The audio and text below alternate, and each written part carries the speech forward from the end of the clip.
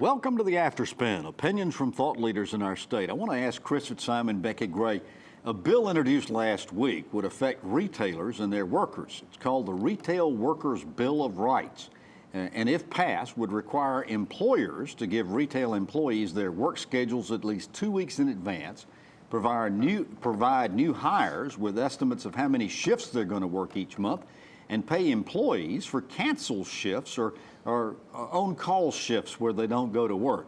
The Retail Merchants Association opposes these proposals. Chris, what's your take on it? Well, I don't know if this is the right solution, but it certainly does get at a problem where you have people who work shift work who'll come home who'll be required to work a double shift.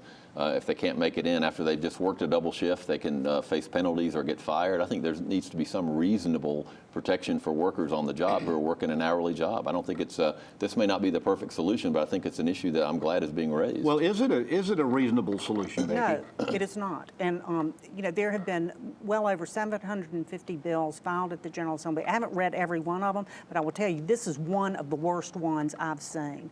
This is nanny state at its worst. You know, hopefully this bill, I think it's been sent to the Rules Committee, and I hope that's where it's going to stay. This is one of those way overreach.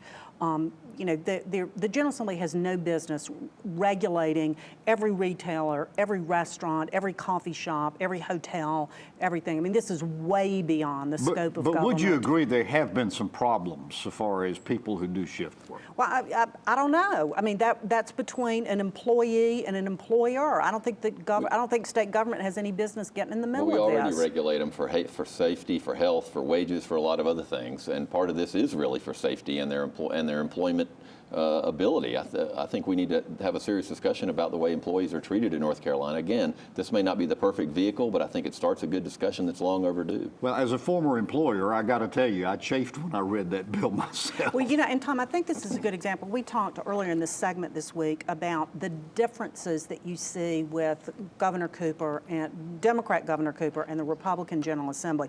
This bill was filed and sponsored by Democrats, and I think this is a good example of the differences in the two approaches. You know, Republicans are doing all kinds of deregulation, yeah, rolling those regulations back, and then you see this come out. I think this is a good example of the differences that you have with the two approaches to the role of government. All right. Well, thank you for watching the After Spin. We'll have more video all during the week on ncspin.com.